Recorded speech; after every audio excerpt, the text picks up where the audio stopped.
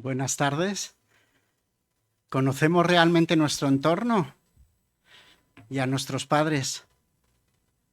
Mi investigación se centra en la búsqueda de soluciones de ingeniería en zonas rurales y muchas veces esas soluciones no se llevan a cabo porque no conocemos nuestro entorno ni nuestras raíces. Mi nombre es Alberto Coz, yo soy catedrático de Ingeniería Química en la Universidad de Cantabria y también actualmente soy director de área de Comunicación Científica en la Universidad de Cantabria, bajo el Vicerrectorado de Coordinación y Comunicación. Es un placer para mí presentar y abrir este acto acerca de la importancia de las fuentes geohistóricas para conocer nuestro entorno y nuestras raíces. Nos acompañan Belmar Gándara Sancho como directora de la editorial de la Universidad de Cantabria, Alfredo Arjona a mi derecha como gerente del Catastro de Cantabria, que ha patrocinado las obras, Miguel Ángel Bringas y Concepción Camarero como editores de las obras.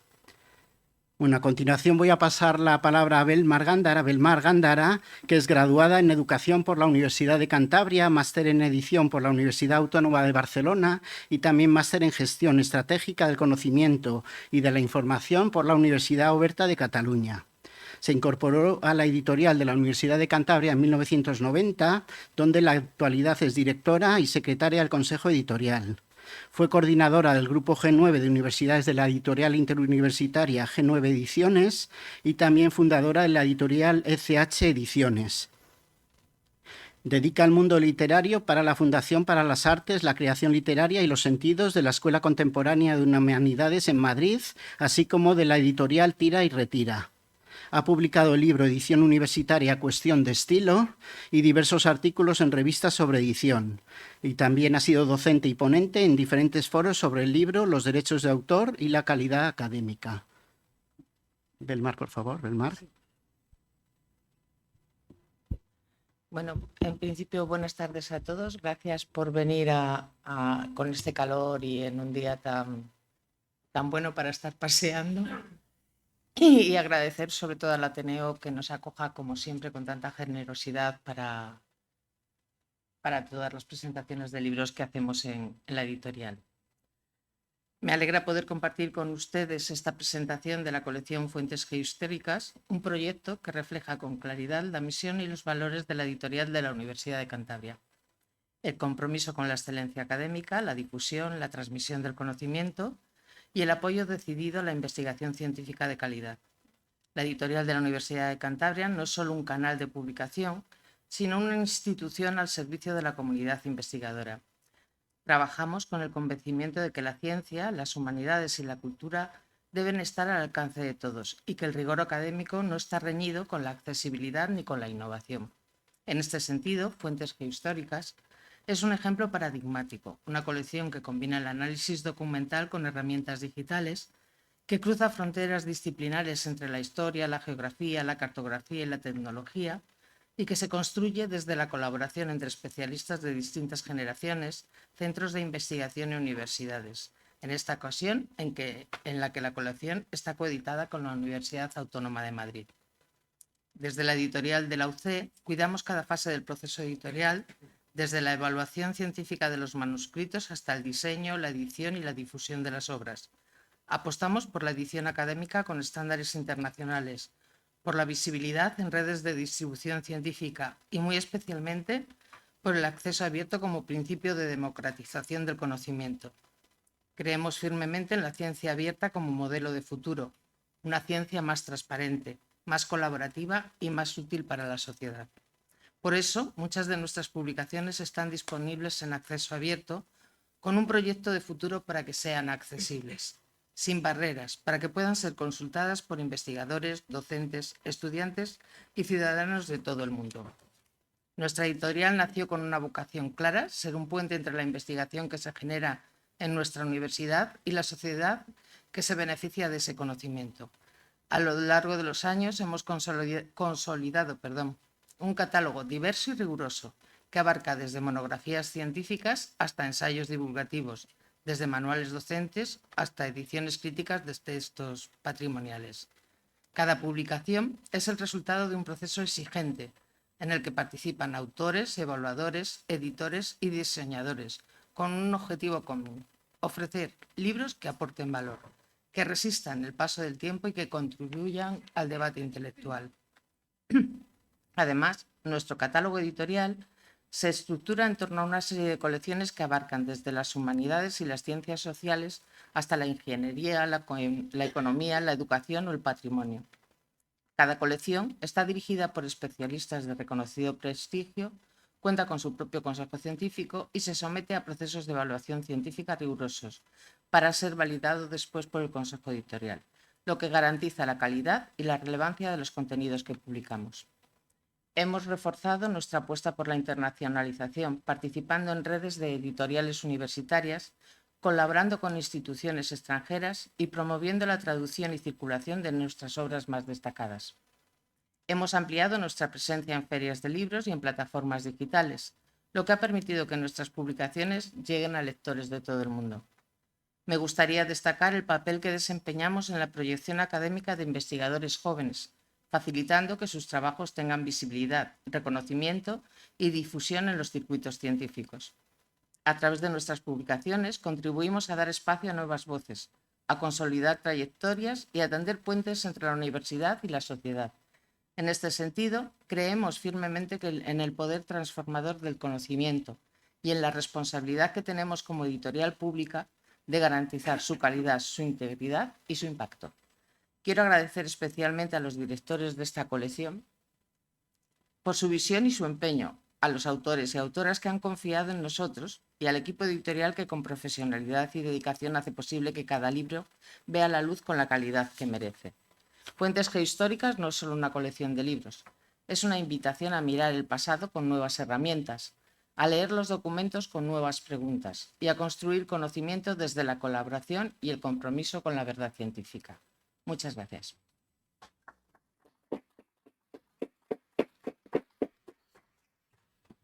Gracias, Belmar. A continuación, Miguel Ángel Bringas es doctor en Historia y profesor titular de Historia e Instituciones Económicas del Departamento de Economía en la Universidad de Cantabria. Sus líneas de investigación se han centrado en los campos de la historia económica y de las fuentes geohistóricas españolas del siglo XIX.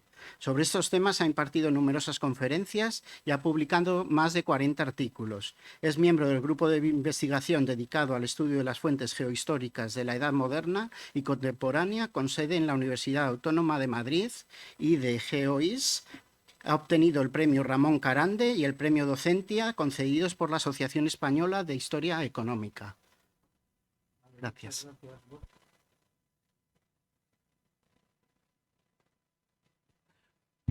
Reiterar el agradecimiento por estar un rato aquí con nosotros y darnos la oportunidad de presentar esta colección. A mí lo que me toca fundamentalmente es explicarles muy rápidamente en qué consiste esta colección. Esta colección que se llama Fuentes Geohistóricas y que tiene su origen en el primer Congreso Internacional que organizamos en mayo del año pasado en Madrid, en la Universidad Autónoma de Madrid.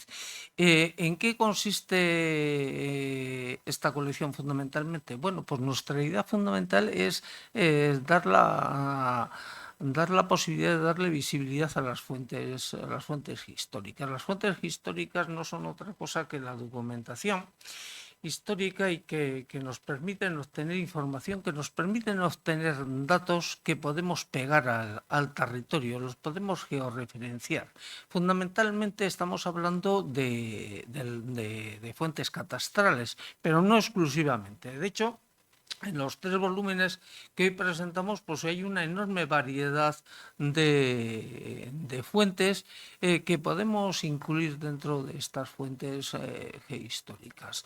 La idea fundamental es que la colección sirva de plataforma para dar la posibilidad de publicar no solamente desde una disciplinas múltiples, no solo de la historia, la geografía, la demografía, de temas relacionados con este tipo de fuentes, sino también a aprovechar fundamentalmente la presencia no solo de investigadores nacionales, sino también internacionales. De hecho, pues aproximadamente casi más del 50% de las personas que intervienen son investigadores de fuera de España. Si repasamos el Consejo Científico, es mayoritaria la presencia de gente de fuera, con lo cual la idea de la colección en ese sentido sin duda queda bien clara. Nuestra idea naturalmente no es solo presentar estos 3 volúmenes, sino darles continuidad. ¿Y cómo le vamos a dar continuidad? Bueno, pues recientemente ha salido una tesis doctoral que ha dirigido la profesora Concepción Camarero y que ha tratado sobre el tema de la cartografía en el catastro de Ensenada en el reino de Granada. Y sin duda pues formará parte, esperemos que lo más brevemente posible, de esta colección. De hecho, en noviembre hay un seminario al que asistiremos, espero que bastantes miembros del grupo de Madrid, entre, como ella ha mencionado, me cuento, un seminario en Roma que también nos proporcionará la oportunidad de poder ampliar el número de trabajos que pueden ser incluidos en esta colección. Y de hecho, el año que viene, pues esperemos que al menos un seminario y un curso de verano y todo ello nos lleve a la realización del segundo Congreso Internacional de Fuentes Históricas con el que alimentemos esta colección, con lo cual en realidad pues es solo el principio de una colección al que esperamos darle una continuidad y una continuidad larga en el tiempo, con la incorporación de trabajos no solo nacionales sino también internacionales dentro de esta colección. Y nada más, muchas gracias.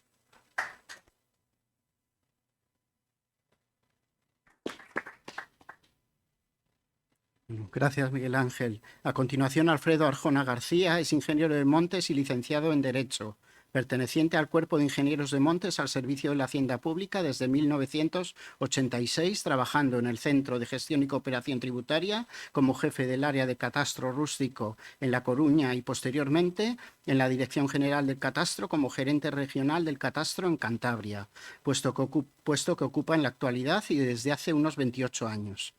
Toda una vida dedicada al catastro y espectador en primera línea de los profundos e importantes cambios experimentados en esta administración. Gracias. Bueno, pues gracias por invitarme a este acto. Gracias a vosotros por estar aquí presente en un día tan agradable para estar paseando por la bahía. Mi currículum es muy breve. Yo, como ha dicho muy bien el compañero, toda mi vida administrativa y laboral ha estado centrada en el catastro. Veo que hay poco joven, con lo cual supongo que tendrán alguna familiaridad con el catastro, porque serán propietarios seguramente de algún bien inmueble. Pero cuando yo fui a preparar la oposición de catastro, que hacía como 15 años que no salía ninguna, yo no sabía ni que existía la palabra catastro. Y hoy es el día en el que el catastro sigue siendo un gran desconocido para la sociedad. Incluso aquellos que piensan que saben lo que es el catastro, realmente no saben el alcance que tienen en el catastro. Yo hoy no he venido a presentar un libro, pero como parte del trabajo de estos fabulosos profesionales versa sobre temas catastrales, me van a permitir que les dé unas breves pinceladas sobre lo que es el catastro. El catastro es un registro administrativo, esto yo creo que todo el mundo lo sabe, dependiente del Ministerio de Hacienda. Hasta aquí coincide con los catastros de Ensenada, pero a partir de aquí empieza a haber muchas diferencias. El catastro, he dicho, que es un registro administrativo donde se recogen absolutamente todos los bienes inmuebles, tanto los urbanos como los rústicos, como una nueva especie que se llama bienes inmuebles de características especiales. Y todos estos bienes inmuebles se recogen describiéndolo a través de sus características más representativas, como son las jurídicas, quién es el titular de los derechos que recaen sobre ese bien inmueble, las físicas, cuál es la forma de la parcela o de la construcción, y las económicas. Las más representativas son el valor catastral, que es el valor que se utiliza para girar los recibos del IBI, que si ustedes son propietarios pues tendrán la fortuna todos los años de pagarlo, y actualmente otro valor que se llama de referencia, que tiene un valor también catastral, que se utiliza para liquidar los impuestos de transmisiones patrimoniales, sucesiones y donaciones, y que si ustedes compran un bien inmueble, pues lo van a tener que sufrir. Bien, pero no solamente acaba aquí las diferencias. El catastro se reflejan todos los bienes inmuebles sobre una cartografía. Esta cartografía es una cartografía a escala y es una cartografía continua. Esto quiere decir que en principio no hay ni solapes ni lagunas, puede haber errores. El catastro, he dicho que inicialmente tenía una finalidad fiscal y como tal finalidad fiscal hace que todos los ciudadanos tengan la obligación de declarar cualquier hecho, acto o negocio que suponga una alteración en los bienes inmuebles, tanto los ciudadanos como las personas jurídicas y tanto públicos como privados. Es decir, es obligatorio, abarca la totalidad de los bienes inmuebles, su finalidad es fiscal, pero actualmente la finalidad trasciende de la fiscal. Sigue siendo la más importante, pero hay otras finalidades que son también muy importantes. Por ejemplo, el incrementar la seguridad en el tráfico jurídico a través de la coordinación catastro-registro de la propiedad. Se utiliza mucho también para el control de las ayudas y las subvenciones, ayudas a la vivienda, ayudas a los alquileres. En el mundo agrícola, la política agraria común se centra sobre parcelas catastrales. Se utiliza en la ordenación del territorio, tanto para expropiaciones como para nuevos planeamientos, y se utiliza en la gestión de catástrofes. Y aquí me gustaría deciros que el catastro que tenemos actualmente vigente, se me olvidó deciros antes que el catastro lo que pretende es recoger la realidad en todo momento. Pero la realidad a veces cambia de la noche a la mañana. Ha ocurrido hace unos años con el famoso volcán de La Palma.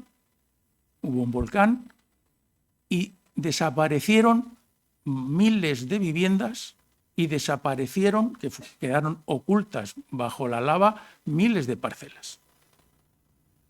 En el catastro seguían figurando esos datos, en el terreno ya no. Pues en base a esa información se ha podido restituir las titularidades de las personas que tenían propiedades y el día de mañana se podrá ver dónde estaban las parcelas de cada uno. Pero es que hace no mucho tiempo ha habido otra catástrofe, ¿no? La de la Dana de Valencia. ¿Sabéis vosotros la cantidad de fincas que se han borrado del mapa? Se han borrado los lindes, los muros, han desaparecido. ¿De qué manera uno restituye su propiedad? Pues utilizando esa fuente geohistórica ya, que es el catastro de hace nada. Es decir, que el catastro tiene una finalidad fiscal, pero tiene una finalidad todavía más importante para la sociedad, que son todas estas que les he mencionado. Bueno, no quiero hablar más, porque si no luego Concepción no va a poder tener tiempo para desarrollar todo lo que tiene que desarrollar. Lo que sí que me gustaría pedirle tanto a Concepción como a Miguel Ángel es que vuelvan a recuperar ese proyecto que tenían de hacer una exposición temporal del catastro del Marqués de la Ensenada en lo referente a Cantabria, que me consta que es uno de los catastros de la Ensenada mejor hechos, y que se iba a hacer en el año 2020, creo que era, llegó la pandemia y con la pandemia desapareció. Pues yo os invito a que el año que viene a ver si podemos hacerlo en Santander o en cualquier municipio para que toda la ciudadanía pueda contemplar esa maravilla y que vosotros podéis ilustrarlo. Muchas gracias por darme la oportunidad de hablar con vosotros. Bueno, muchas Gracias. gracias. Ay, perdón, Sí, Alberto. perdón, Soy Concepción, imprescindible. sí. Adelante. Gracias, Alfredo. Pues ahora Concepción Camarero nos presentará una charla acerca de las fuentes geohistóricas y el catastro de Ensenada 1749 a 1756. Y voy a decir brevemente el currículum, aunque es extenso. Concepción Camarero es catedrática de Geografía Humana de la Universidad Autónoma de Madrid. Sus líneas de investigación se enmarcan sobre todo en geografía histórica. Se ha centrado en el estudio de fuentes geohistóricas, muy especialmente catastros españoles y europeos de los siglos XVIII y XIX, cartografía histórica manuscrita de ambos siglos, aplicación de nuevas tecnologías a fuentes geohistóricas y en los reales sitios. Es autora de más de un centenar de publicaciones científicas, tanto artículos como libros y capítulos de libros publicados en editoriales de reconocido prestigio académico, tanto españoles como extranjeras. Y sin más, doy la palabra a Concepción. Gracias. Gracias, Alberto. Bueno, gracias desde luego, a todos por estar aquí. Insisto, en un día tan maravilloso, en una ciudad tan maravillosa como es esta y con un tiempo que se quejarán de que está caluroso, pero yo que vengo de Madrid me parece que es fantástico. Gracias, por supuesto, a la Universidad de Cantabria, de mi propia universidad, por el esfuerzo que han hecho al sacar adelante estas publicaciones y poner en marcha una colección que creo que puede ser interesante para los investigadores y, desde luego, para todos nosotros, para saber de dónde venimos y entender, conocer el ayer, entender el hoy, plantear el futuro. Y eso es fundamental. Y eso solo se puede hacer si tenemos unas fuentes geohistóricas serias y trabajamos seriamente con ellas, con rigor.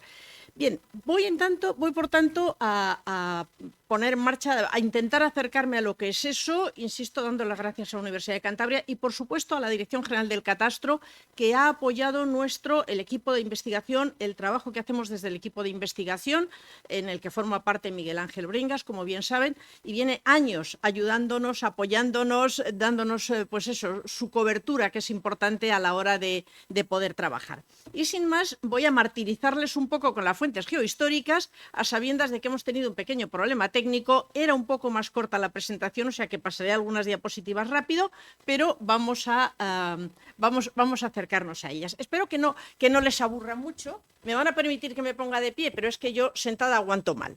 Bien, vamos a ver entonces esas fuentes geohistóricas a las que vamos a referir y me van a permitir simplemente que presente un pequeño índice para que sepamos dónde vamos en lo que voy hablando, porque soy de pensamiento colateral, o sea, es probable que me pierda por el camino, entonces, bueno, me mandan bajar de nuevo. Vamos a ver en primer lugar qué es una fuente geohistórica. Primera idea, muy sencilla. Segunda, ¿qué pasa hoy con las fuentes geohistóricas? Nosotros hoy resulta que presentamos una colección de fuentes geohistóricas. ¿Estamos presentando una cosa antigua, aburrida, que no merece la pena? ¿O estamos presentando algo que está de moda? Bueno, a lo mejor estamos de moda. Vamos a ver después, voy a nombrar algunos tipos de fuentes geohistóricas.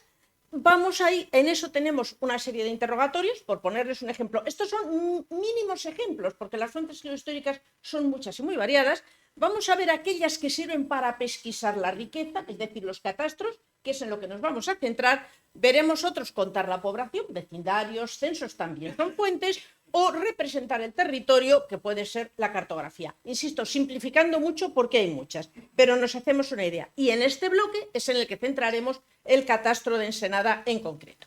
Bien, ¿qué es una fuente geohistórica? Definición muy sencilla, que son los expertos me pueden cortar las orejas y decir es demasiado sencilla, efectivamente, pero para primera aproximación es más que suficiente para nosotros. Es cualquier documento que contenga datos históricos que sean georreferenciables. Por tanto, insisto, simplifico, pero ya nos hacemos una idea de qué estamos buscando. Vamos a poner sobre un territorio una serie de datos que nos permiten entender ese territorio y esas gentes.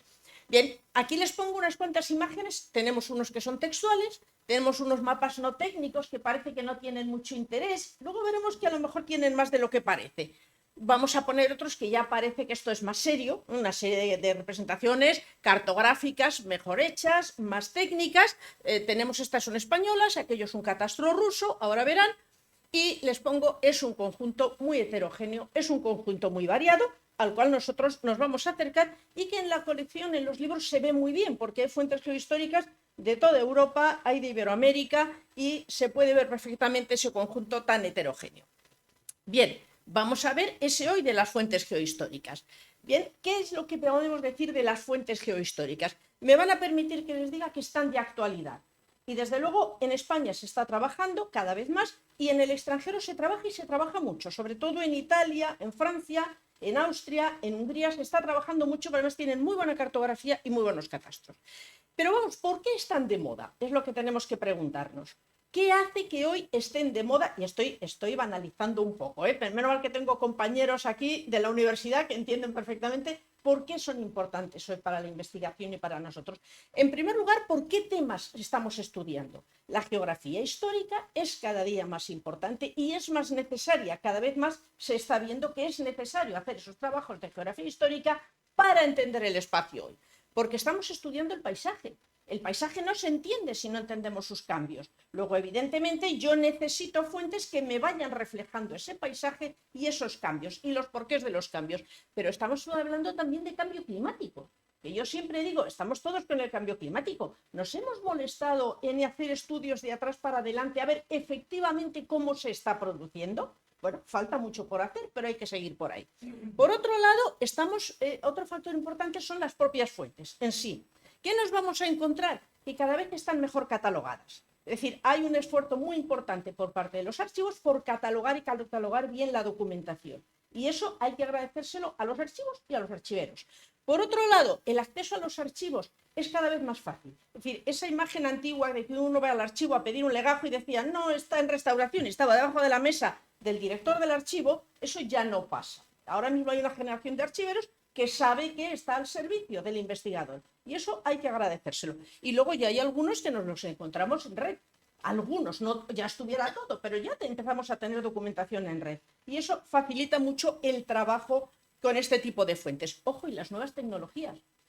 Claro, normalmente en fuentes geohistóricas vamos a encontrar una gran cantidad de datos. Montar bases de datos que no son con datos actuales, sino con datos históricos, exige un esfuerzo adicional y se está haciendo. Los sistemas de información geográfica están siendo fundamentales para trabajar con estas fuentes. Por tanto, digamos, esos tres elementos hacen que sean cada día más importantes esas fuentes.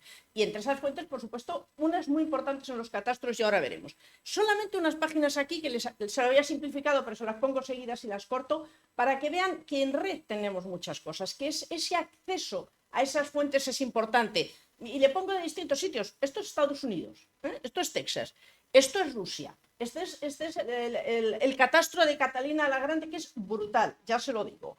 Es que tenemos Italia es el mundo de los catastros, tienen muchas cosas en red también. Y llegamos nosotros. Bueno, esto es Family Search, que estos son también norteamericanos, seguro que algunos los han manejado. Pero fíjense, Pares es excelente. Tendrían que meter más, pero ahí lo tenemos. Tenemos el archivo de La Rioja, chapó por ellos. O sea, han subido todo el catastro de Ensenada de La Rioja perfectamente bien y detrás de ello ha habido una archivera, Micaela Pérez, que es la que lo ha hecho. Fantástico. Fíjense, aquí tenemos la Biblioteca Nacional, que está... No, este es GenCat de Cataluña, que ha subido el catastro y luego lo ha bajado, pero eso ya se lo contaré en otro momento. La Biblioteca Nacional, que también tenemos un montón de información que nos están subiendo. Yo recuerdo cuando yo hice la tesis, la verdad que ya saben que ya soy un poco mayor, intentar ver lo que eran los cuestionarios de Tomás López y las contestaciones de los pueblos en la Biblioteca Nacional, no les cuento lo que era. Bueno, pues ahora los tenemos aquí. Hombre, eso nos facilita mucho el trabajo. O aquí pueden ver el Instituto Geográfico Nacional, que ha subido también sus fondos históricos, o los militares, que hay que darles las gracias, sí señor, porque además los tienen en alta resolución la documentación y libre uso. O sea que chapó también por ahora mismo por los militares, porque nos facilita muchísimo a los geógrafos el trabajo con la cartografía histórica. Bien, visto eso, vamos a ver otro tema importante. Hablamos de las fuentes, de la variedad. Ahora, ¿cómo abordamos el estudio de las fuentes? Porque si yo no entiendo la fuente, yo no sé bien cómo funciona la fuente, voy a manejar mal los datos. Puede que no los interprete bien. Y eso pasa y ha pasado en muchos casos. Y ya les contaré luego algún caso con el tema de las mujeres en el catastro, que ahora está muy de moda el tema. Y ahí siempre dicen, no hay mujeres en el catastro. Las hay, claro que las hay. Ya lo vemos. Bien, habría que responder, y esto es de alguna forma el resultado, una especie de acuerdo a lo que llegamos allá por el 2002, el grupo de gente que trabajamos en catastro en una reunión que tuvimos en París. De alguna forma, intentar sistematizar y acercarse a los catastros, pero me vale para cualquier fuente geohistórica, con esta serie de elementos que son los que yo voy a intentar seguir en la conferencia que avanzo. Es cómo se gesta el catastro, cómo se gesta la fuente, cómo se piensa que hay que hacerla y se hace. Luego, quién realiza la fuente y con qué medios y con qué medios. Porque no es lo mismo que se haga un catastro bien hecho con medios que se revisen o que se haga a ver qué pasa. No es lo mismo. Bien, ¿para qué se hace la fuente? ¿Cuál es el objetivo? Porque va a depender de para qué sea el cómo se recojan los datos. ¿Qué datos hay en esa fuente? Oiga, ¿y para qué me sirven hoy a mí esos datos? ¿Qué puedo hacer con ellos? Bien, pues con esto es un poco la idea con la que estamos trabajando, la gente que trabajamos en estos temas, y que yo voy a intentar seguir un poco como hilo conductor de lo que vamos a ver aquí. Bien, ¿de qué fuentes geohistóricas vamos a hablar? Yo les decía aquí vamos a hablar básicamente de los catastros. Los catastros, y en este caso Ensenada, que son aquellos que pesquisan la riqueza. Y voy a decirlo en un sentido muy amplio. Luego ya vemos, pesquisan la riqueza y tendrá una fiscalidad sobre la riqueza. En el caso del siglo XVIII y en el de Garay, que ha estudiado Miguel Ángel Bringas, pesquisan toda la riqueza. En el caso del catastro, los otros que vamos a ver, pesquisan la riqueza, vamos a llamarle territorial. No sé si es correcta la expresión, pero sí, vamos a estudiar las fincas, la riqueza de las fincas. Pero en cualquier caso, vamos a ver cómo ese catastro de fincas que tenemos hoy tiene un referente anterior con un catastro general de toda la riqueza que es referente de los censos, que es referente de los vecindarios, es referente de muchos más datos y ahora veremos. Por tanto, esto es lo que vamos a ver. Bien, ¿qué es el catastro? Vamos a ver rapidísimamente y en esto no me entretengo mucho. Miren, el catastro, cuando hablamos de catastro, nosotros ahora al menos nos tenemos muy claro que es el recibo del IBI y la parcelita dibujada. Claro, cuando yo hablaba con mi padre decía, no, es el impuesto que pago, no me pagas el impuesto. Es decir, uno no acaba de saberlo. ¿Pero qué entendemos por catastro? En primer lugar, la denominación del impuesto. Y efectivamente, ya el diccionario de autoridades nos dice que es la contribución real. Ojo a esto, sobre todas las rentas fijas y posesiones que producían frutos anuales. Es decir, sobre toda la riqueza. Por tanto, vamos a encontrar catastros de los siglos XVII y XVIII que no solo buscan las fincas, buscan toda la riqueza.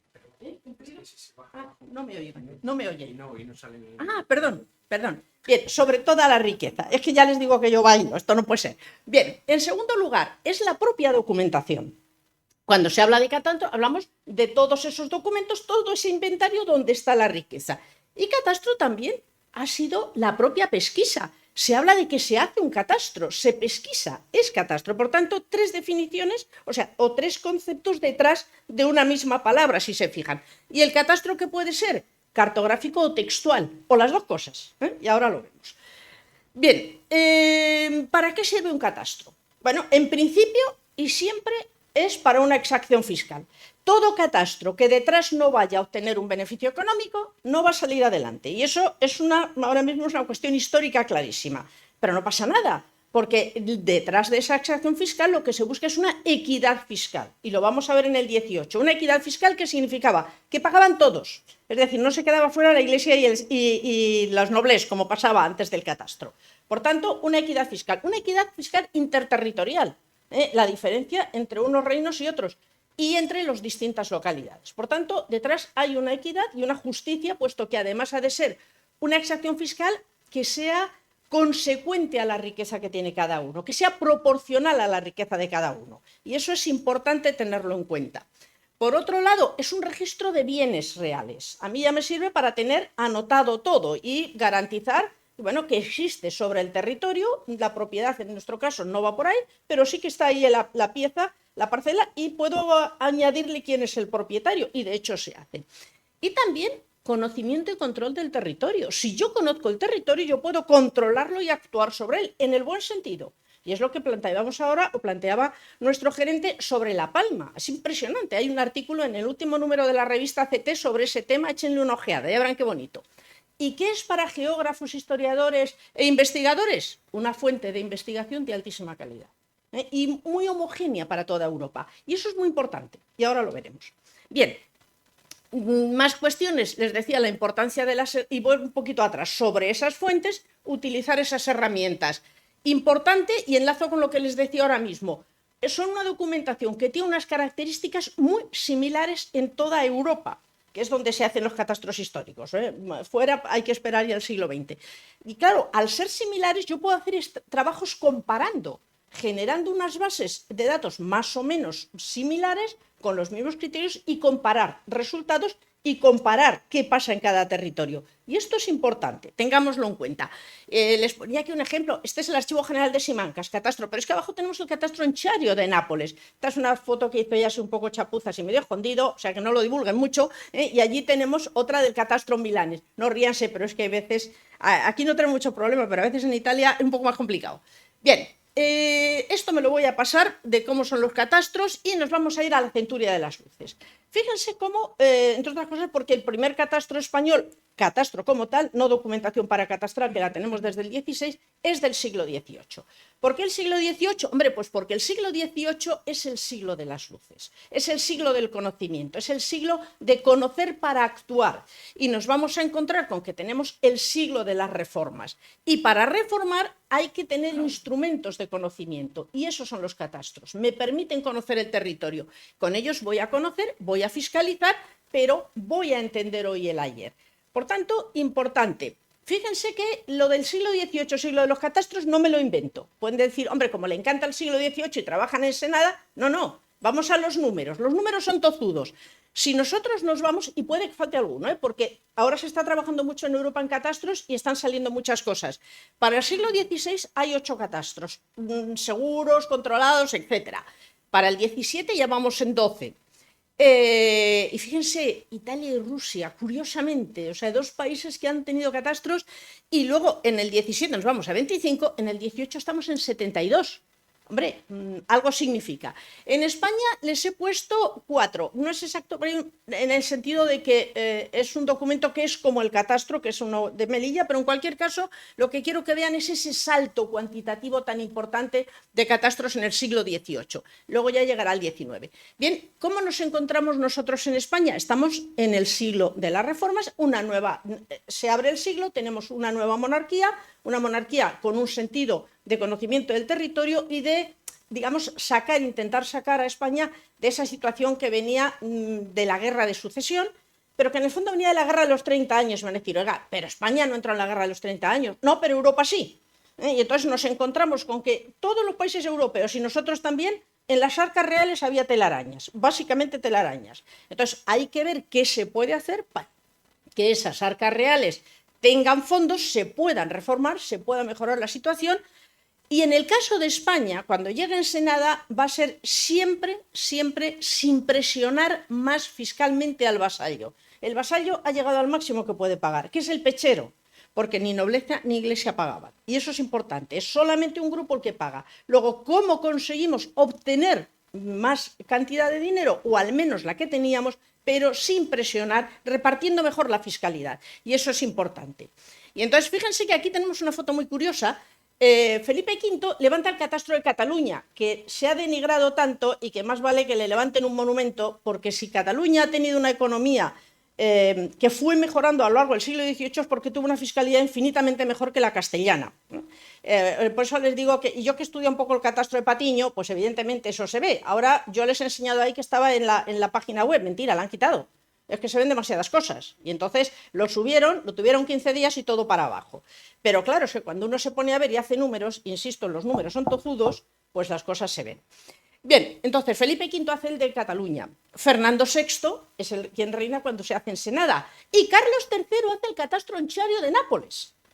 O sea, fíjense que estamos jugando con 3 reyes que eran catastrenos, como decían en la época, ¿no? A veces dicen catastrenos con N, solían decirlo. Bien, yo creo que es significativo de lo que es el siglo y lo que estamos hablando. Segunda parte de tener en cuenta, yo he hablado del catastro de Patiño y catastro de Ensenada. Patiño para Cataluña, Ensenada para Castilla. Lo que quiero que vean es la estructura. La estructura territorial explica eso. Entonces tenemos 2 reinos, tenemos 2 coronas, la corona de Aragón, la corona de Castilla. Y Castilla tiene 22 provincias, algunas se llaman reinos, pero son provincias, y Aragón tiene el reino de Aragón, el reino de Valencia, el reino de Mallorca y el Principado de Cataluña. Lo digo porque en algunos tuits de esos que mandan por ahí sale el reino de Cataluña. No ha existido jamás el reino de Cataluña. Es Principado de Cataluña. Y abajo ven las 22 provincias de la corona de Castilla, que es una cosa así como bastante no sé si la palabra es amorfa, pero en fin, nada que ver, o muy poco que ver en muchos casos, con la estructura territorial que tenemos hoy, que viene del siglo XIX, como todos saben. Por tanto, primer tema que ya quiero que tengan en cuenta: si alguien trabaja con catastro en Ensenada o se atreve a meterse en pares, a buscar Ensenada, hay que tener en cuenta a qué provincia pertenecía cada una de las localidades que buscamos, porque no es igual entonces que ahora. Con lo cual, cuando uno se mete, nuevas cosas que aprende. Bien, ¿quién es el factotum de lo que será el catastro castellano? Será el marqués de la Ensenada. El marqués de la Ensenada, que es un pequeñísimo hidalgo, o sea, el título de marquesado se lo da Carlos III en Nápoles, que conoce, y en esto insisto, es un tipo que conoce el campo castellano, que viene del pueblo, que viene de una familia pequeñísimo hidalgo de nacimiento, pues porque en esas zonas eran hidalgos de nacimiento, pero más pobre que las ratas. Entonces, ¿qué significa? A mí me parece importante porque conoce la situación de base. Estará en Italia 11 años, ahí va a ser muy importante, participa en la Marina siempre como personal civil, y para la gente de la Marina es un referente muy importante, y además con razón, y que será ministro de Hacienda, Guerra, Marina e Indias, es decir, 4 carteras entre el año 43 y el año 54. En el 54 nos lo destierran. Entonces nos lo destierran y uno plantea, ¿qué pasa en julio del 54? Pues miren, que se pone de acuerdo el embajador inglés. Claro, se estaban haciendo demasiados barcos en España. Es decir, habíamos puesto en marcha lo que era la defensa de América, y eso era un problema. Se estaban haciendo reformas muy importantes y le ayuda. Entonces, claro, eso a Inglaterra no le gusta nada, hay que entenderlo. O sea, este señor además cuando consigue que a Ensenada lo echen, pues le ponen la orden de la jarretera. Con eso ya sabemos lo que eso significa. Y por otro lado están los grandes de España, y los grandes de España ven que a lo mejor tienen que pagar impuestos. Entonces, detrás está el duque de Alba. Entonces, al final, que además era secretario de la reina, entonces al final, efectivamente, nos lo destierran, y dicen las crónicas, eso ya no sé si es real, que los reyes se arrepintieron 24 horas después de haberlo expulsado, pero en fin, ya estaba camino de Granada. En cualquier caso, insisto, probablemente el mejor ministro de Hacienda que ha tenido este país, sin duda, por una razón, porque tenía un proyecto global de cambio para la monarquía, para los territorios. No era un tema o dos, eran un proyecto global, y el catastro es una piedra, es un elemento, una piedra de toque, un elemento, una herramienta para esas reformas. Bien, el catastro, yo les pongo aquí, es averiguar la riqueza, no es poner un impuesto más, que eso era muy característico. El rey necesita dinero, pone un impuesto más, que también lo hacen ahora, o sea, no hay mucha diferencia. Se trata de sustituir un conjunto de impuestos muy complejo, que gravaba enormemente a Castilla, por una única contribución, o sea, nuestra declaración de Hacienda actual y poco más, y muy sencillo, muy claro, y que pagaran todos. Insisto en esto, que pagaran todos. El rey se va a autocatastrar, ya lo verán.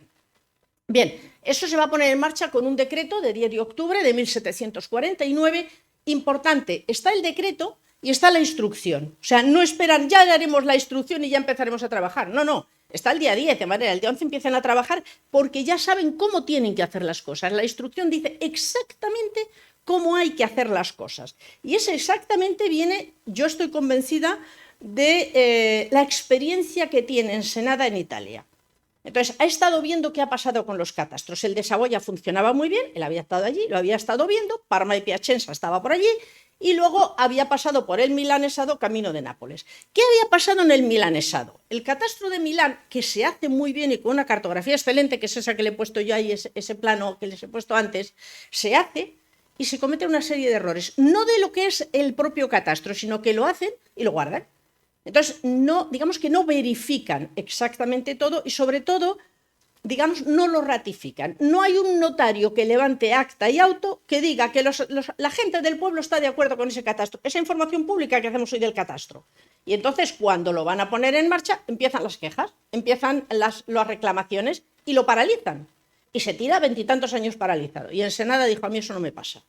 Es decir, lo que él ha visto que no ha funcionado en otros lados lo va a corregir aquí. Y por si acaso, hace una experiencia piloto de forma sigilosa, y así lo dice, y catastran de forma sigilosa Guadalajara. Con lo que obtiene, descubre dos cosas. Hombre, que se puede hacer, aunque exige un trabajo meticuloso, etc. Dos, que el resultado, y sin entrar a fondo, porque ahí seguro que hubo ocultaciones y él era consciente, el resultado económico era bueno para la Hacienda. Es decir, no se iba a perder dinero, y si además, como se habían averiguado medio en secreto los bienes también de nobles y eclesiásticos, eso se repartía entre más. Con lo cual presenta el proyecto, los intendentes lo van a apoyar, los consejos, que ahí manda mucho la nobleza, al principio se niegan, al final, tras unas hábiles negociaciones, consigue poder poner en marcha el proyecto. Con lo cual nos encontramos que tenemos un proyecto claro, con una metodología de trabajo perfectamente establecida, que esto es importante. Pues esa metodología, ¿y quiénes son los catastrenos? Pues miren, el primer catastreno es el rey. El rey es el último responsable de todo. Luego, claro, si se hace cargo y depende de alguna de las secretarías o de los consejos el catastro, puede haber problemas. Conclusión, genera una institución separada en la que están los directores generales de rentas, es decir, los de Hacienda, que son los que saben de qué va el tema, que son los que van a controlar el catastro, que es la Junta de Única Contribución. Esto es lo mismo que había visto que en Milán habían tenido que hacer porque si no, no les funcionaba. Tenían una junta y con eso funcionaba. Él la crea antes para evitar problemas, ya la pone en marcha. Y a continuación, en cada una de las provincias, un responsable, que es un intendente, que es el que va a ser el factotum del catastro y de algunas cosas más. Y luego de ese intendente van a depender unos equipos catastradores, que son los que van a ir pueblo a pueblo, a pie de obra. ¿Quiénes van a estar en esos equipos catastradores? Un juez subdelegado, es subdelegado del intendente, va a ir un notario, un escribano, fundamental, porque así todo se deja documentado y luego no me venga usted diciendo que es que midieron mal, nos equivocamos al decirle qué. No, esto está ya perfectamente controlado. Y una serie de escribientes, la gente no sabe escribir en muchos casos, un oficial que calcula, que sabe calcular, y se plantea que vaya también un agrimensor. No había agrimensores suficientes en Castilla.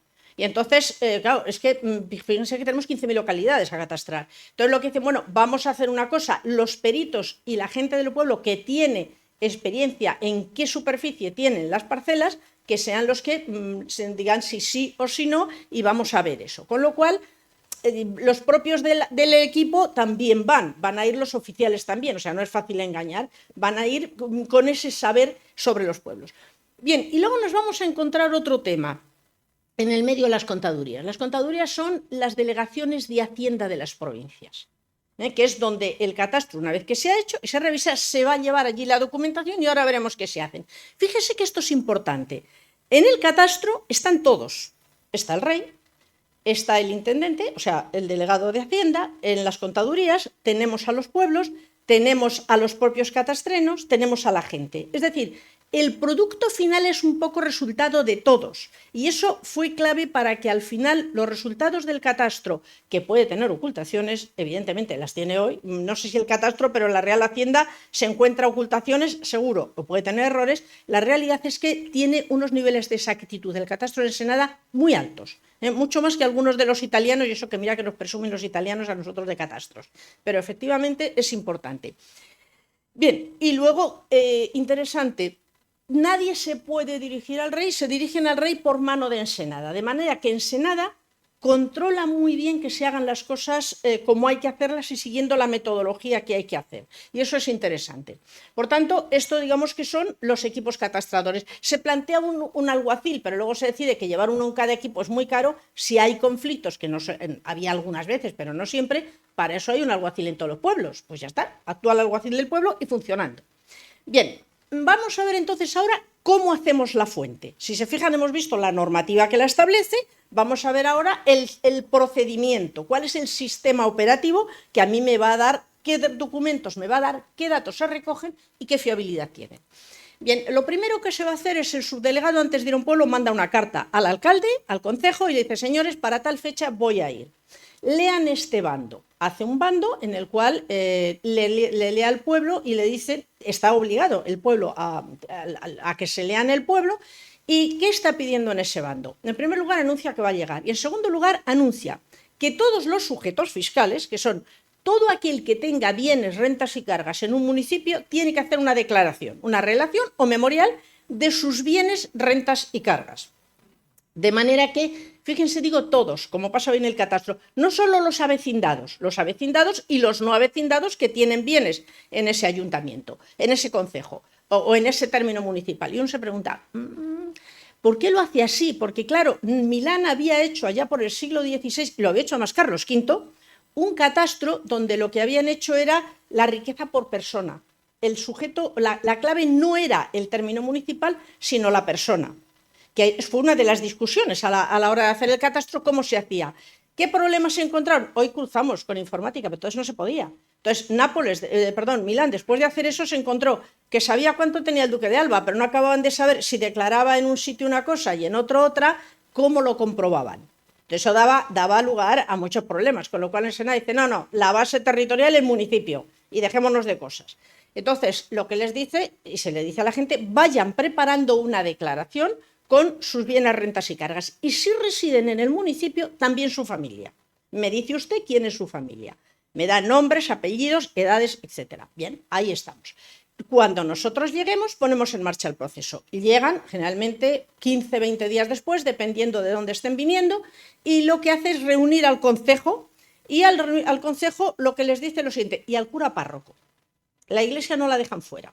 Y al cura párroco dice, bueno, nómbrenme ustedes unos peritos del propio municipio que junto con mi gente van a hacer lo siguiente. Lo primero, contestar un cuestionario de 40 preguntas. Estos cuestionarios son muy importantes. En el siglo XVIII se manejan mucho y su primer referente y referente más importante es un documento de Felipe II, que son varios cuestionarios, que son las llamadas relaciones topográficas de Felipe II, topográficas en España y geográficas en América. Y entonces usted me da una visión global del municipio, luego ya ajustaremos los datos, pero déme una visión global para yo asegurarme de que lo que me van a contar luego cada uno de ustedes es más o menos acorde a la realidad.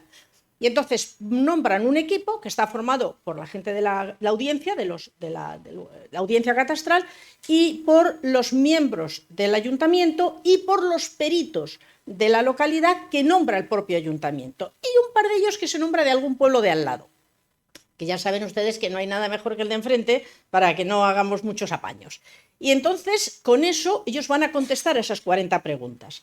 Mientras están contestando a las 40 preguntas, que el resultado va a ser el documento que van a ver ahora, les piden también que en la tercera pregunta, al lado, digan cómo es el término, qué dimensiones tiene, etcétera, hagan un pequeño mapa. Entonces, se hacen unos croquis muy sencillos en general, salvo en algunas zonas como es el Reino de Granada, que tiene una cartografía no técnica absolutamente maravillosa, y La Mancha, la provincia de La Mancha, que es Ciudad Real, parte de Cuenca y tal. Este es de Dúrcal, este es de Granada. En las otras provincias se hacen más sencillitos, pero hombre, esto sería, ven, el texto, la primera pregunta, el pueblo se llama así, la segunda es de señorío, la tercera tiene estas dimensiones, y aquí nos encontramos, por ejemplo, que aparecen algunos de este tipo. En Cantabria tenemos alguno de este tipo, este es de Foz de Marrón, que a mí me encanta, porque además había unas maravillosas ferrerías que hacían anclas para los barcos, pero es una monada. Y de estos hay unos poquitos, pero los hay. Bien, esto nos va a dar esa primera imagen general, esta primera imagen. Mientras está haciendo, hay también algunos de los oficiales están ayudando a la gente que no tiene dinero y no puede y no sabe escribir, les ayuda a redactar sus memoriales, a redactar sus declaraciones, sus relaciones o sus declaraciones. Por tanto, aquí tienen esto, ya iremos sacando. Yo ahora quiero que la discípula nuestra, de Miguel Ángel y mía, que ha hecho la tesis sobre toda la cartografía de Granada, quiero que rebusque en las 15.000 localidades catastradas, localice estos mapas y siga avanzando en ellos. Ahora se puede hacer, cuesta, pero se puede hacer. Bien, fíjense, este es otro de la provincia de Burgos, a mí me gusta mucho, es Cillaperlata. Y uno dice, hombre, pues qué bonito, qué cosas más monas tiene, parecía que había muchos árboles, cuando uno se mete en el texto lo sabía, hoy casi no hay. Hoy es todo cereal, pero había bastantes más, en partes frutales y en partes no. El río Ebro está ahí, un monasterio, que no queda nada, quedan unas piedrillas, 2 núcleos y tal. Bueno, esto pues nada, no tiene nada que ver con la realidad. En realidad, bueno, mi nene lo podía haber puesto yo allí y me había hecho esto. Ya saben que a veces cuando ven estas cosas enseguida dicen esto lo hace mi niño. Podía haberlo hecho. Bueno, a lo mejor tiene más que ver con la realidad. Miren. Y eso se llama geografía de la percepción, a lo mejor. Esto ya me suena a algo. Fíjense los farallones de caliza, tal cual, pero es que están tal cual, se lo garantizo. Bien, farallones de caliza, hay menos árboles, pero ahí están. Aquí los tenemos, esto es un levantamiento en 3D que me ha hecho un amigo, pero miren, aquí están las ruinas del pequeñísimo monasterio ese que veíamos ahí. Entonces, fíjense que sí que efectivamente me están reproduciendo una visión del territorio que si yo doy marcha atrás, perdónenme un segundito, fíjense que es ese pequeño monasterio que hay, que cuando me voy a buscar en el texto resulta que dependía nada menos que del monasterio de Oña, ojo al parche, que además tiene una serie de privilegios que tuvieron que presentar para demostrar que tenían una serie de exenciones, porque si no, desde luego hubieran pagado. Bien, ¿qué más tenemos aquí? Aquí les digo qué puede valer. Aquí les voy a poner, esto es una de las declaraciones de la gente. En este caso les he elegido esta es de un monasterio.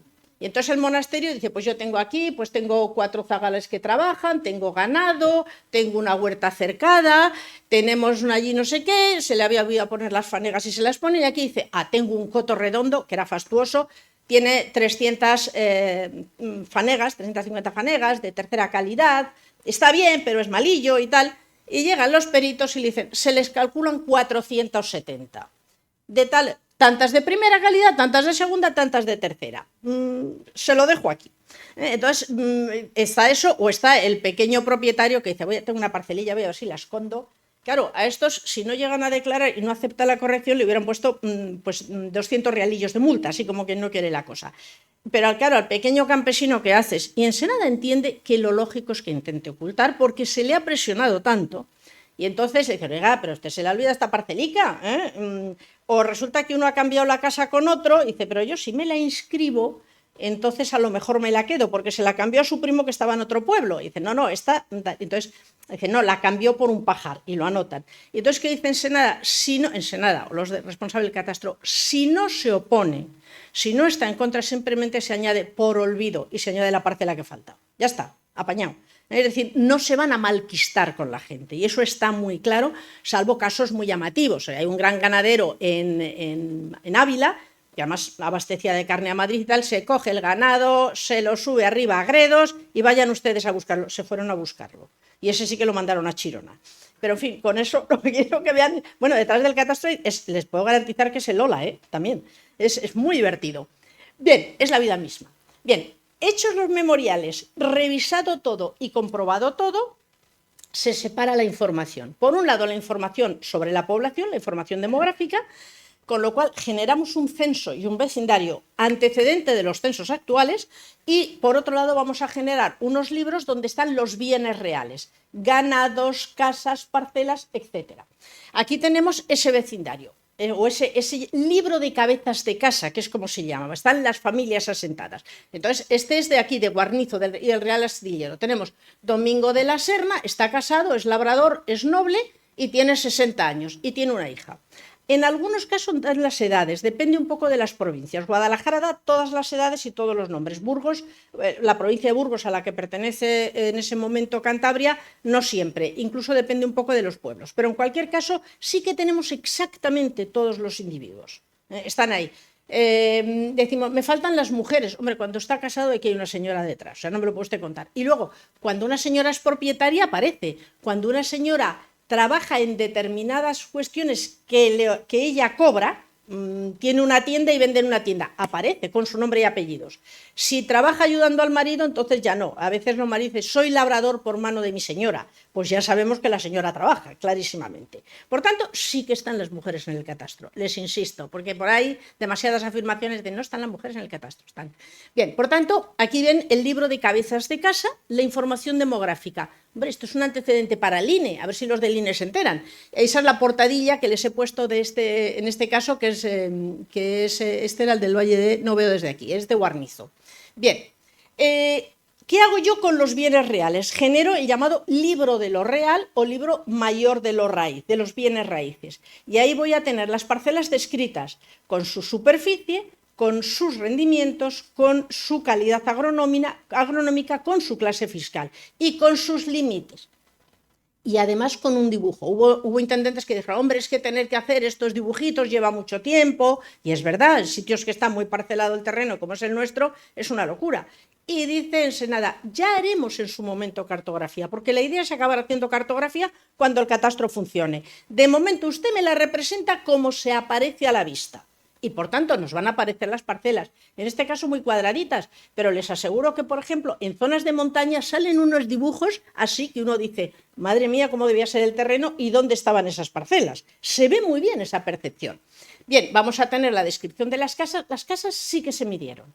Es decir, siempre en los pueblos solía haber un alarife y esos se midieron todas, las parcelas no, solo se midieron las parcelas cuando hubo conflicto. Cuando alguien se puso cazurro y dijo, esta parcela mide menos, trae para acá que la medimos.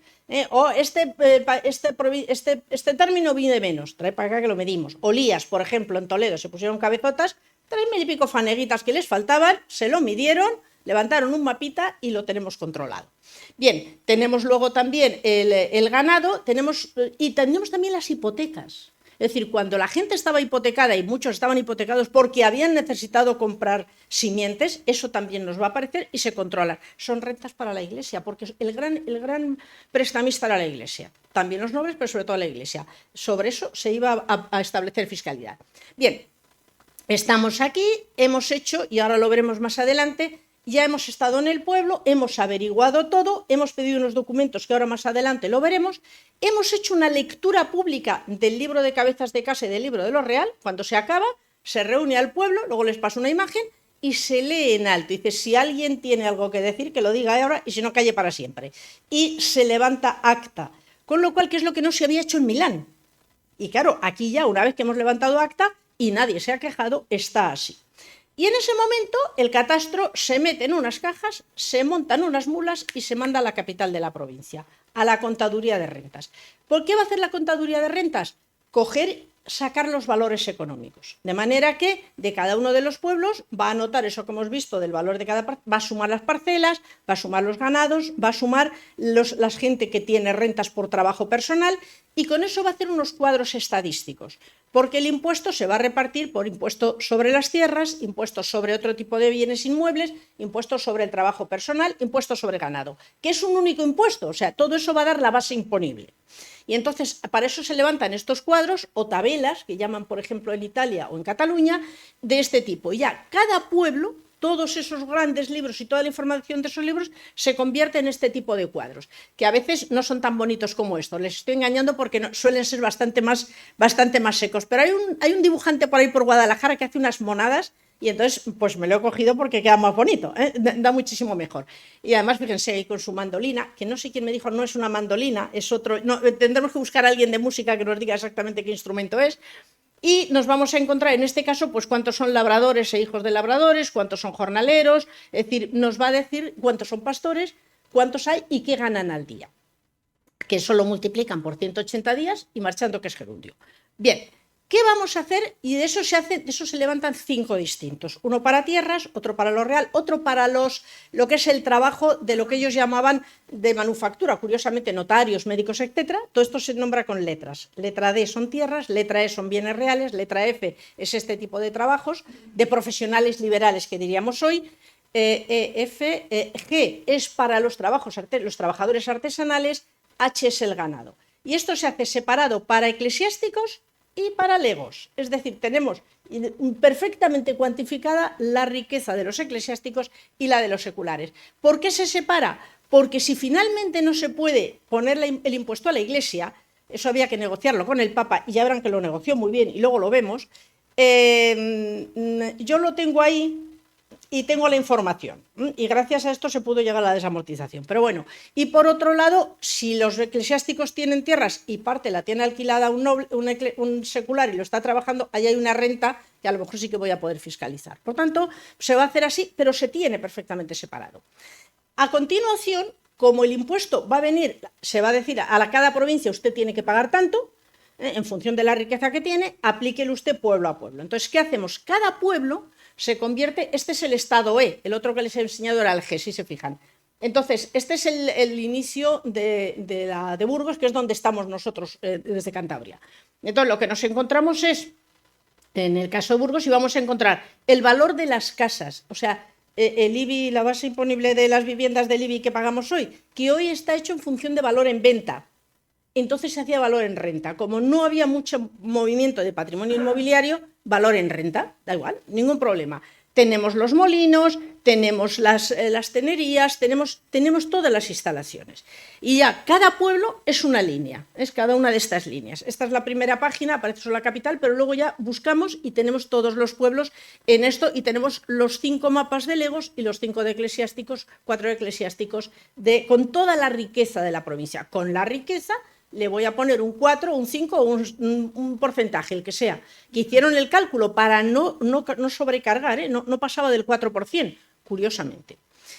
Bien, además de eso, el rey hace otra cosa. Como hay muchas rentas que eran de la corona, rentas y bienes de la corona, que los reyes se habían ido enajenando por venta o por regalo o tal, lo que dice, y otros que habían llegado, Felipe IV vendió mucho y regaló.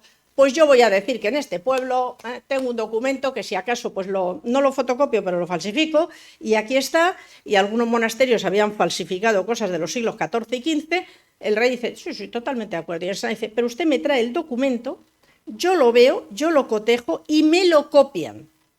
Y entonces aparece entre la documentación catastral documentos muy anteriores copiados. Fantástico, nos viene fenomenal. Garantizamos la relación de lo que están diciendo y hacen una relación de todos esos bienes que estaban enajenados. Y terminado esto, fíjense, tenemos el catastro hecho. Me van a decir, pues ya hemos terminado. Pues no hemos terminado. ¿Por qué? Porque ya en el momento se entiende que el catastro que hace Ensenada es mucho más que un catastro. Es una gran base de datos que hay que utilizar para otras cosas. Hay que empezar a utilizar minería de datos, por ejemplo. Vamos a hacer minería de datos y la hacen ellos mismos. Y cuando están trabajando con esto se encuentran dos cosas. Ensenada está negociando con la Iglesia a ver cómo podemos conseguir una fiscalidad un poco más justa. Y está negociando por una cosa que se llama la Casa Mayor de Ezmera. La Casa Mayor de Ezmera son unos diezmos. Los diezmos de la casa que más diezmos pagaba en un pueblo, pertenecían a la corona, no a la Iglesia. Y entonces el problema es que, claro, es muy difícil que un señor de la Real Hacienda fuera pueblo a pueblo diciendo, a ver, ¿quién es el que más diezma? Esto me lo llevo. ¿Qué hacía la corona? Se lo arrendaba a la Iglesia y bueno, pues más o menos. Y tenía un arrendamiento en 2,7 millones de reales para toda la corona. Y dice, el Senado dice, vamos a ver, si yo ahora puedo saber quién es la Casa Mayor de Ezmera, yo puedo cuantificar realmente cuánto sería el dinero que yo tendría que recibir en ese concepto. Y entonces me escribe a las contadurías y dice, chicos, sacadme la Casa Mayor de Ezmera, que lo llama el mayor hacendado. No siempre el mayor hacendado es el mayor de Ezmero, pero lo que sacan es el mayor de Ezmero. Y entonces, ¿qué es lo que ocurre? Que eran nada menos que 19 millones de reales. Claro, lo tenían arrendado en 2. El Senado dijo, ya negociaremos. Es decir, ya tengo una base para negociar. Claro, ¿cuál es el problema? Y ahora me voy a la parte práctica de investigación. Si yo leo Casa Mayor, voy a leer Mayor Hacendado, pues lo que le pasó a algunos investigadores, y a mí la primera. Óigame, si yo ahora me voy a Santo Domingo de Silos y resulta que el Mayor Hacendado, seguro, porque me he vaciado el catastro entero, es el monasterio, ¿por qué carajos me ponen que es un señor que tiene 4 parcelas y media? O me voy a Burgos y resulta que el Mayor Hacendado, que es sin duda el monasterio de las Huelgas, resulta que es Juana Muñatones, con 4 ganados y medio. Imposible. Entonces, ¿qué es lo que ocurre? Que, claro, había algunos, sobre todo monasterios, que estaban exentos de pagar diezmos, porque les había dado ese privilegio el monarca pues en la Edad Media. Y entonces, claro, ya no era ese monasterio, sino era otro. ¿Qué pasó? Que en muchos casos la gente dijo, investigadores, y yo la primera, aquí están ocultando estos tipos que hacen. Y yo me puse a mirar correspondencia, eso a ver con qué criterio se había hecho la fuente buscando documentación, y al final lo encontré en una serie de cartas donde le preguntaban a la Junta de Única Contribución qué datos tenían que sacar. Y lo que sí fue curioso es la manía nuestra de empezar por la A y terminar por la Z. Si hubiera empezado de la Z a tal, al llegar a Valladolid me hubiera encontrado este tondo, que resulta que en el libro de Mayor Hacienda de Valladolid explican que es la Casa Mayor de Ezmera, pero en fin, llegué al final. Pero lo tenemos ahí. ¿Qué más van a hacer? En el año 55-56 están negociando también con la Iglesia que tiene que pagar una contribución cuando se les imponga. Entonces lo que dicen, oiga, llama a las contadurías, extractarme todos los datos de población eclesiástica. Y hacen un censo donde la primera página es hay tantos cabezas de casas seglares, tantas hijas, tantos maridos, o sea, despistamos muy bien, y las 4 páginas siguientes son tantos monasterios, tantos frailes de cada tipo, toda la información eclesiástica. Bueno, ahí lo tenemos. No estaba previsto, es un documento metacatastral o paracatastral, como queramos llamarlo, pero tienen esa información que es muy importante. Y ya a finales, en 1759, no sale la única contribución, siguen cobrando los impuestos por vecindarios muy anticuados, vecindarios recogen familias, no recogen personas, y entonces el contador de Burgos dice, oiga, ¿por qué no sacamos un vecindario actualizado que tenemos los datos del 50-54, que es cuando hemos hecho el catastro? Y entonces la Junta dice, pues es una buena idea, hagan un vecindario. Y hacen un vecindario para cada provincia donde tenemos, fíjense una cosa muy importante, Bartolomé Benassar fue un gran hispanista francés que me dijo un día, yo era una pipiola entonces, y me dijo, miren ustedes, es que no se enteran, aparte que quería ir a las ventas a ver una corrida de toros. Esto, no se enteran, tienen un miglo blanco y no se enteran. Y yo, con cara de póker, 20 y pocos añitos. Y me dice, mire, tienen un vecindario y tienen un censo, tienen el coeficiente de conversión de familia en habitantes, así de sencillo. Multiplican por y lo tienen. Claro, para cada provincia yo tengo pueblo a pueblo, los vecinos, las familias y los habitantes. Y sobre todo provincia a provincia. ¿Ya está? Ya tenemos el coeficiente de conversión. El más bajo, Extremadura, 2,8. Los más altos, Sevilla y Murcia, 4,3, 4,4. Es decir, jugamos con ese tipo de datos. Bien, yo les pongo universalidad. El catastro quiso saberlo todo, de todos. Entonces, incluso reales sitios, solo quedaron fuera de la catastración los reales sitios donde iba la corte. O sea, Aranjuez, el Escorial, ¿cuál me falta, Miguel Ángel? La granja, perdón. Todo el resto está. Aquí tenemos el real sitio del Soto de Roma perfectamente catastrado. Las propiedades que tenía el rey por ahí, por unos sitios o por otros, perfectamente catastradas. Esto es importante, porque, por ejemplo, hay muchos catastros europeos que catastran todo menos lo que eran sitios del rey, lo que eran propiedades del rey. No, aquí sí. Y además se van a valorar, O sea, se van a valorar y las rentas sobre los espacios del rey iban a pagar exactamente igual que los demás si se hubieran puesto la única contribución. Seguridad y control de la realidad. Les decía, esto es la lectura pública de uno de los pueblecitos donde se recoge que lo han leído, se ha reunido todo el pueblo a campana tañida y están todos de acuerdo. Fiabilidad, ya tenemos ahí una prueba. En alguna de estas lecturas salieron cosas, que alguien levantó la mano y dijo, aquí faltan y dejan de faltar. Bien, más cosas, como si yo voy a ver una parcela en junio, yo veo cómo está el trigo y veo si va bien o no.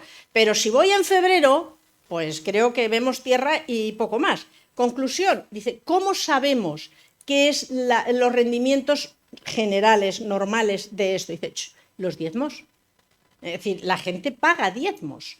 Pues oiga, deme usted los diezmos que se han cobrado en este pueblo en los últimos 5 años, con un tema importante, que quieren 5 años. ¿Por qué? Porque calculan que en Castilla 2 años son malos, 2 son normales y solo 1 bueno. Y no se alejaron mucho. Y entonces piden una certificación de diezmos de los últimos 5 años. Si haciendo un cálculo grosso modo, volvemos a hacer números, de la superficie que me ha salido y los rendimientos que dicen que da, ¿se acerca a esto? Vale, si no se acerca, bueno, pues un pueblo que hizo una chapuza. Se inventó los libros de diezmos para que le cuadraran el catastro. Villaviudas, esos que nos salen en los anuncios. Bueno, pues los cazaron y dijeron, pero vamos a ver, pero qué limpito está este papel, pero esto está todo con la misma letra. Vengan ustedes para acá y sácanlos de verdad. Bien, pues con eso tenemos la seguridad, o el acercamiento a los rendimientos reales, o más o menos reales de las zonas. Y lo otro, les decía, esos documentos probatorios de esos privilegios que tenía la nobleza, aquí tenemos, o de mercados libres de impuestos, etc. Aquí tenemos 2 claramente copiados. Más casos divertidos, y termino enseguida. Con todo, intentaron ocultar. Entonces, casos muy divertidos. Nos vamos a un pueblo que se llama La Bouza, en el límite de Salamanca con Portugal. Entonces, La Bouza, claro, eso es un límite que se estableció políticamente, pero en la Edad Media ese monasterio ese pueblo dependía del monasterio, un monasterio que queda en Portugal, que es el monasterio de Santa María de Aguiar. Entonces, cuando llegaban los españoles a cobrar, en fin, desde la Real Hacienda, a ver si pagaban las rentas provinciales, no, nosotros somos Portugal. Claro, es que nuestro señor, nuestro señorío es del monasterio de Aguiar. Bueno, pues ya está, Santa María de Aguiar no pagan. ¿Llegaban los portugueses? No, nosotros estamos en el límite. En Castilla, una cosa es que seamos señorío del monasterio de Santa María de Aguiar. Eso es una cosa eclesiástica y religiosa, pero nosotros somos Castilla, pagamos en Castilla. Conclusión, no pagaban en ningún sitio. Entonces, cuando llegan a catastrarlos, se empiezan a subir por las paredes y coincide que en ese momento está por allí levantando la cartografía de la frontera con Portugal, que ese fue otro de los grandes proyectos de Ensenada, cartografiar las fronteras, Gaber, Antonio de Gaber, un magnífico ingeniero. Entonces, le coge el intendente de Salamanca y le dice, pásate por la frontera, estás trabajando ahí, dime dónde queda. Entonces, llega, pasa, levanta el mapa y dice, queda en Castilla. Se acaba, se catastra y uno más catastrado. Bien, y ahora salto ya y yo les pongo esto, los ingenieros vuelven a ayudarnos y corroboran la validez y la exactitud de Ensenada. Ojo, y la utilización del catastro de Ensenada como base de datos para más cosas y para actuar sobre el territorio. Cuando en el año 70 se va a construir la Real Acequia, una Real Acequia que va prácticamente desde Madrid hasta Guadalajara, siguiendo el río Henares, que no se construirá luego a principios del siglo XIX, lo primero que dicen, oiga, esto es una obra muy cara, muy costosa. Tenemos que ver si compensa, porque hay suficientes tierras que se puedan regar. Y a ver qué producen. Entonces, ¿qué es lo que hace? Ingeniero Navacerrada, antes de levantar el mapa y hacer el proyecto, coge el catastro de todos los pueblos involucrados, hace un cálculo de las superficies regables y además levanta y mide con plancheta el territorio y dice, compensa por las superficies regables y lo que producen, ojo, y qué bien hecho está el catastro. La diferencia que he encontrado es muy escasa y es fundamentalmente por las laderas, porque por lo demás cuadra fenomenal. Por tanto, insisto, habrá ocultaciones, sí, pero que la exactitud es bastante más alta de la que pensamos. Por tanto, ¿qué tenemos con el catastro al final? En el nuestro de Ensenada, que es más que un catastro, les insisto, 80.000 volúmenes manuscritos, así como quien no quiere la cosa, 80.500 y pico. Tenemos casi 15.000 localidades catastradas, en 4 años, 4 años. Tenemos un censo de población, un censo de ganado, un censo forestal, un censo industrial, el primer nomenclator completo de la Corona de Castilla. Tenemos una base de datos de comercio, salarios, artesanado, un poco lo que queramos. Instrumentos de conocimiento y gestión del territorio, se va a utilizar para eso. Y tenemos, yo les pongo una pieza clave de un proyecto ilustrado. Con esto cierro solamente la herencia. No llegó a ponerse en marcha el catastro de Ensenada, no se hizo la reforma fiscal tan importante que hubiera sido necesaria y el catastro siguió siendo una necesidad no cubierta. Y a principios del siglo XIX llega un ministro, que es Garay, de esto no les voy a contar nada porque está Miguel Ángel y seguro que me equivoco, que lo cuente él, cuando se lo preguntemos, decide hacer también un catastro también de tipo inventario. Todavía no estamos levantando cartografía. Un catastro que se ha conservado la documentación que se ha llamado Apeo de Garay. Vamos, generalmente lo llamamos Apeo de Garay, sé que la denominación más correcta es Estadística General del Reino, pero eso suena muy raro. Apeo de Garay suena mejor, más fácil. Se estaba diciendo que en la mitad de los sitios no se había hecho, ¿qué tal? Miguel Ángel lleva unos años pateándose archivos municipales, provinciales, hasta hartarse, y bueno, Canarias es imposible, no se había hecho nada, se ha hecho porque además lo ha sacado y lo ha encontrado por debajo de las piedras. No se le puede dejar suelto, cuando se mete en un archivo alguna nos lía, pero bueno. Entonces, lo que quiero que vean es que esa herencia sigue, también fracasa, se hace, tenemos, es decir, fracasa la utilidad fiscal, pero no fracasa el catastro inventario. El catastro inventario de Garay existe, lo tenemos como catastro inventario, como fuente geohistórica. Bien, seguimos, aquí tienen unos ejemplos también para que vean que es manuscrito, igual que es Ensenada, y nos vamos ya a catastros planimétricos. Me quedan 2, termino en 2 minutos y no les canso más. Aquí vamos a utilizar uno del siglo XVIII, que solo les voy a nombrar para que sepan, pero como hay artículos lo pueden leer.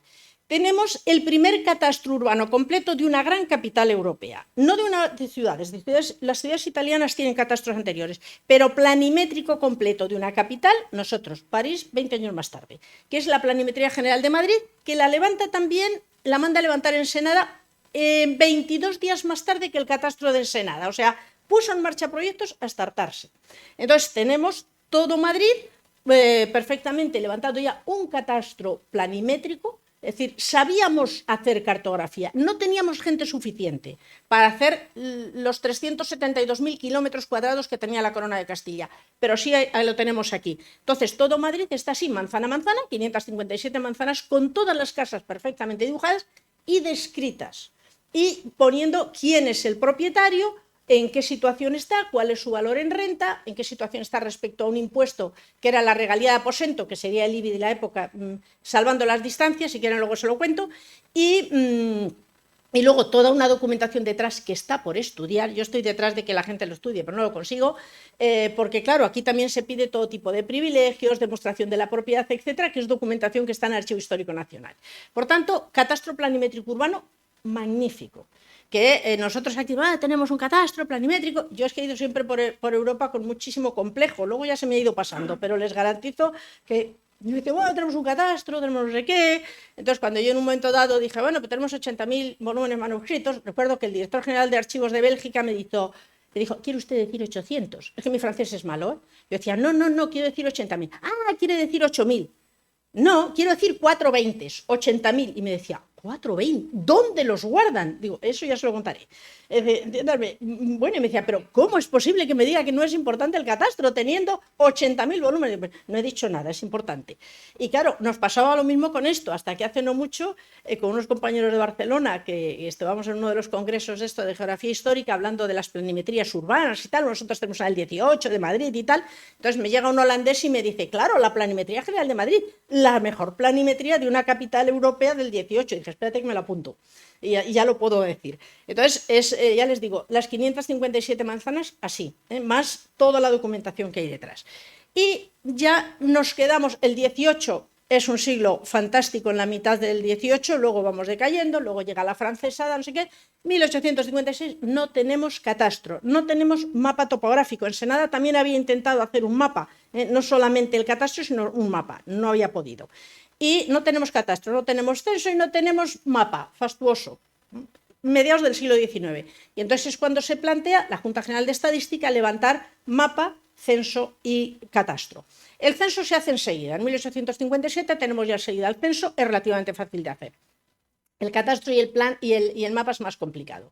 Se empieza a trabajar en un catastro ya planimétrico, magnífico, magníficamente bien hecho, con Francisco de Coello detrás, que es el autor de todo el proyecto catastral, con una cartografía absolutamente excelente. Miren aquí ya las parcelas cartografiadas perfectamente, la parte urbana.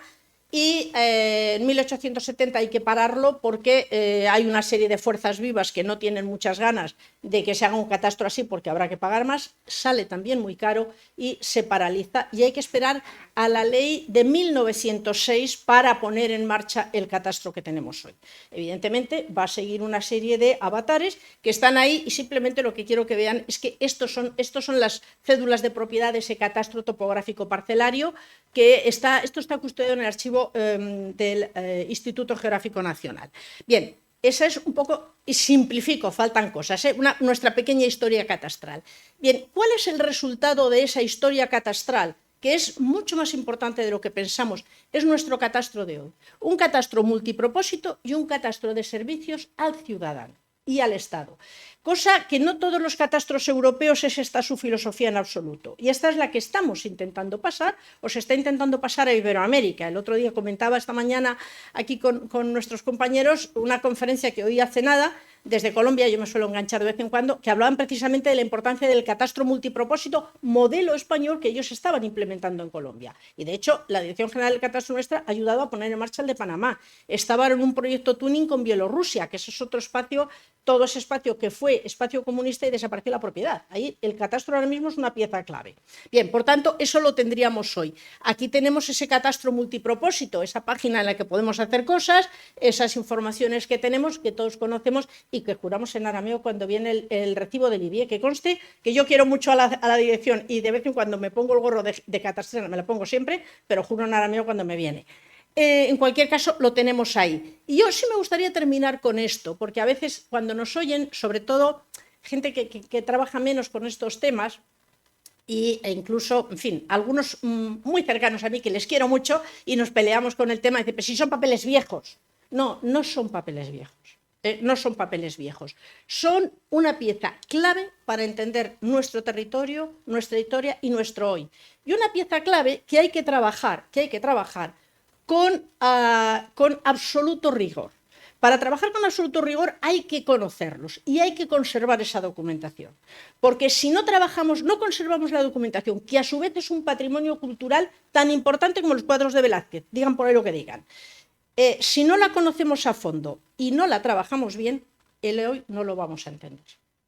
Y esa es una labor que tenemos que hacer los investigadores y eso digamos que es nuestro deber como investigadores. Y también digo, es el deber de nuestros políticos el echarnos una mano para que lo podamos hacer bien. Un paso para empezar a investigar, hay que empezar por leer. Entonces yo me tomo la libertad de decirles, la revista CT Catastro, si después de este rollo que les he largado esta tarde les anima a leer algo sobre catastros históricos o actuales, la revista CT Catastro, que está en línea, podemos tirar de ella, ahí pueden encontrar información y artículos de estos catastros que hemos visto aquí, pero también de catastros rusos, de catastros italianos, hay mucha información, y del catastro hoy. Y por supuesto, y ahora ya como umbral, mi libro, bueno, nuestro libro de nuestra Universidad de Cantabria y de Madrid. Hombre, nuestros libros, que además los tienen en red. Belmar ha hecho, Belmar, ¿no? Yo digo Belmar. Y todo el equipo, y por supuesto la Universidad de Cantabria y la Autónoma, han tenido la deferencia de tenerlos en red. Están mejor reproducidos en papel que en red, pero eso pasa siempre. Y entonces, efectivamente, claro, pues han tenido que comprimir y los mapas se ven un poquito peor. Pero en cualquier caso, yo sí les animaría a que si quieren echar una ojeada, a ver cómo son los catastros aquí y allá, otras fuentes, les pueden interesar los cuestionarios, que hay cuestionarios preciosos que tenemos nosotros aquí, los de Felipe II, pero los portugueses tienen unas encuestas parroquiales preciosas del siglo XVIII que dan una información muy bonita. Los rusos tienen unas encuestas que yo quiero que a ver si las traducimos al español algunas y a ver si los pudiéramos publicar aquí. Pero tengo que engañarlos, porque hay que traducirlos del ruso del 18 al ruso moderno al español, pero tenemos unos hispanistas metidos en el tema. Unas encuestas sobre el territorio preciosas, que la hace la Academia de Ciencias de San Petersburgo y la hace para la gente, y lo hacen también el Ejército de Tierra, ellos los llaman los reales alféreces de no sé qué. Preciosos, porque además permiten comparar un territorio con otro, cómo se ve un territorio respecto a otro, y con una herramienta, una fuente geohistórica perfectamente paralela. Entonces, es muy bonito porque a los que nos encanta el territorio, que somos los geógrafos y los no geógrafos también, es ver esas diferencias de percepción, de qué hay, qué no hay, cómo se recoge. Es decir, a mí, y con esto cierro, se lo prometo, a mí no se me olvida más una hispanista joven que habla muy bien español, que vino a estar con nosotros 4 meses y a trabaja en las relaciones topográficas de Felipe II. Había estado leyendo qué se decía de los ríos. Decía, el río Tajo es muy caudaloso, el río Henares es no sé qué, y ella pensaba, pues había unos ríos, y llega aquí y me dice, Concha, terminamos ya. Tenemos que hacer, yo tendría que ir a ver los ríos, y le dije, venga, súbete al coche que nos vamos allá. Y cuando pasamos me dice, perdone, profesora, pero es que ríos aquí no hay, son arroyos. Y decía, hombre, ¿has visto el Tajo? Y luego decía, sí, no, efectivamente son arroyos. Bien, esa percepción es importante y esa realidad es importante. Con esto cierro, muchas gracias a todos y perdonen por la lata que les he dado.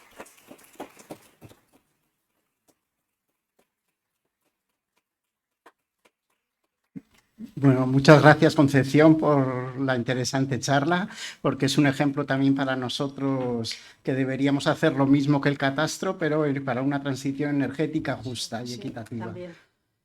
Bueno, concluimos esta presentación agradeciendo a todos y todas por su presencia, especialmente a los editores y al gerente del catastro, estimada Carmen, estimada Concepción, estimado Miguel Ángel y estimado Alfredo, y por vuestra presencia y aportaciones, así como a Belmar por su trabajo y por siempre tener las puertas abiertas a todas las propuestas que llaman a su puerta para poder convertirse en parte de sus ediciones. Esta conferencia y esta colección son fundamentales no solo para personas que lo necesiten profesionalmente, sino para cualquier persona y toma de decisiones en la actualidad, porque pone en relieve nuestra historia y nuestra cultura y así podemos conocer mejor nuestro entorno, a nuestros padres y, sobre todo, para un futuro para nuestros hijos. Gracias.